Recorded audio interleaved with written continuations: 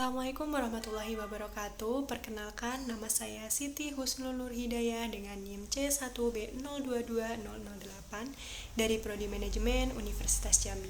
Sebelumnya, saya ucapkan terima kasih kepada Bapak Bambang Purnomo SEMM atas bimbingan beliau selaku dosen mata kuliah Manajemen Mutu Terpadu. Di sini saya akan memaparkan tentang 7 alat Total Quality Management secara umum. Sebelumnya, kita lihat terlebih dahulu definisi Total Quality Management.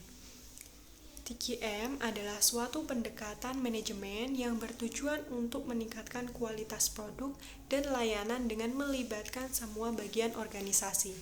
Nah, berikut adalah penjelasan beserta gambar alat TQM. Yang pertama yaitu ada lembar periksa. Lembar periksa adalah alat TQM yang digunakan untuk mengumpulkan data tentang proses atau aktivitas tertentu yang berisi daftar item yang harus diperiksa dan kotak untuk menandai apakah item tersebut telah dipenuhi atau tidak. Nah, lembar periksa membantu memastikan bahwa semua langkah dalam suatu proses telah diselesaikan dengan benar dan konsisten. Contoh gambar lembar periksa yaitu seperti yang tertera di PPT tersebut. Nah, contoh lainnya yaitu lembar periksa untuk inspeksi kendaraan sebelum digunakan, lembar periksa untuk audit internal ISO 9001. Lanjut ke yang nomor 2 yaitu ada diagram pencar. Diagram pencar adalah alat TQM yang digunakan untuk melihat hubungan antara dua variabel. Nah, diagram ini dibuat dengan memplot nilai-nilai dari kedua variabel pada grafik.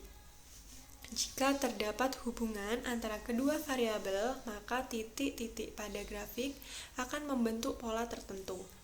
Nah, contoh gambar diagram pencar yaitu seperti yang tertera di PPT tersebut. Contoh lainnya yaitu diagram pencar untuk menunjukkan hubungan antara waktu tunggu pelanggan dan jumlah staf yang bertugas. Dan juga diagram pencar untuk menunjukkan hubungan antara biaya produksi dan tingkat cacat produk. Lanjut ke yang ketiga yaitu ada diagram sebab akibat. Nah, diagram sebab akibat juga dikenal sebagai diagram tulang ikan, yaitu alat yang digunakan untuk mengidentifikasi akar penyebab suatu masalah. Diagram ini dibuat dengan menggambar garis utama yang mewakili masalah dan kemudian menggambar cabang-cabang yang mewakili faktor-faktor yang dapat menyebabkan masalah tersebut. Nah, contoh gambarnya itu ada di PPT yang tertera.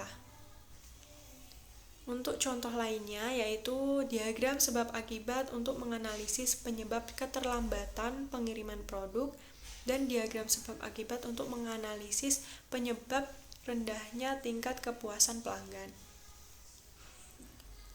Selanjutnya yaitu yang keempat, grafik Pareto adalah alat yang digunakan untuk mengidentifikasi masalah yang paling signifikan. Grafik ini dibuat dengan mengurutkan masalah berdasarkan frekuensinya dan kemudian membuat batang grafik untuk menunjukkan frekuensi setiap masalah. Contoh gambarnya ada di PPT tersebut. Untuk contoh lainnya yaitu grafik Pareto untuk menunjukkan jenis cacat produk yang paling sering terjadi. Grafik Pareto untuk menunjukkan penyebab keluhan pelanggan yang paling sering. Selanjutnya yang kelima yaitu ada diagram alur. Diagram alur adalah alat yang digunakan untuk memvisualisasikan langkah-langkah dalam suatu proses. Diagram ini dibuat dengan menggunakan simbol-simbol untuk mewakili langkah-langkah dalam proses dan kemudian menghubungkannya dengan panah. Diagram alur membantu memahami bagaimana suatu proses bekerja dan mengidentifikasi area yang dapat ditingkatkan.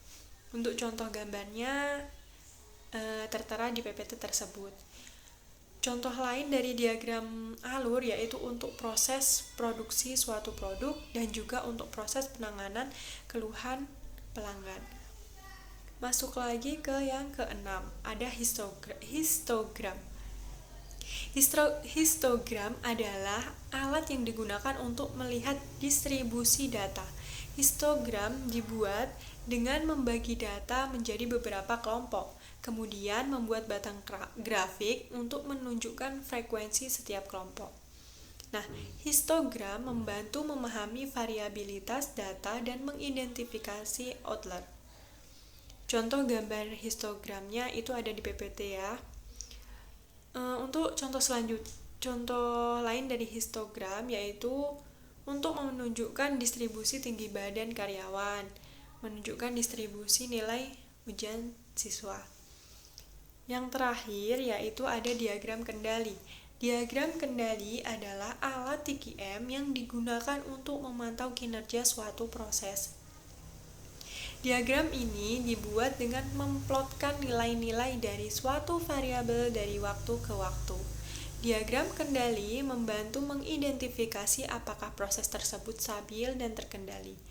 Contoh gambar diagramnya itu sudah tertera di PPT ya. Untuk contoh lain itu untuk memantau temperatur oven dalam proses produksi dan juga untuk memantau tingkat kepuasan pelanggan. Nah, alat-alat TQM ini dapat digunakan untuk meningkatkan kualitas produk dan layanan dalam berbagai organisasi. Demikian penjelasan mengenai alat Total Quality Management. Mohon maaf apabila terdapat banyak kekurangan dan kesalahan dalam tutur kata saya pada penjelasan tadi, dan saya ucapkan terima kasih. Saya akhiri. Wassalamualaikum warahmatullahi wabarakatuh.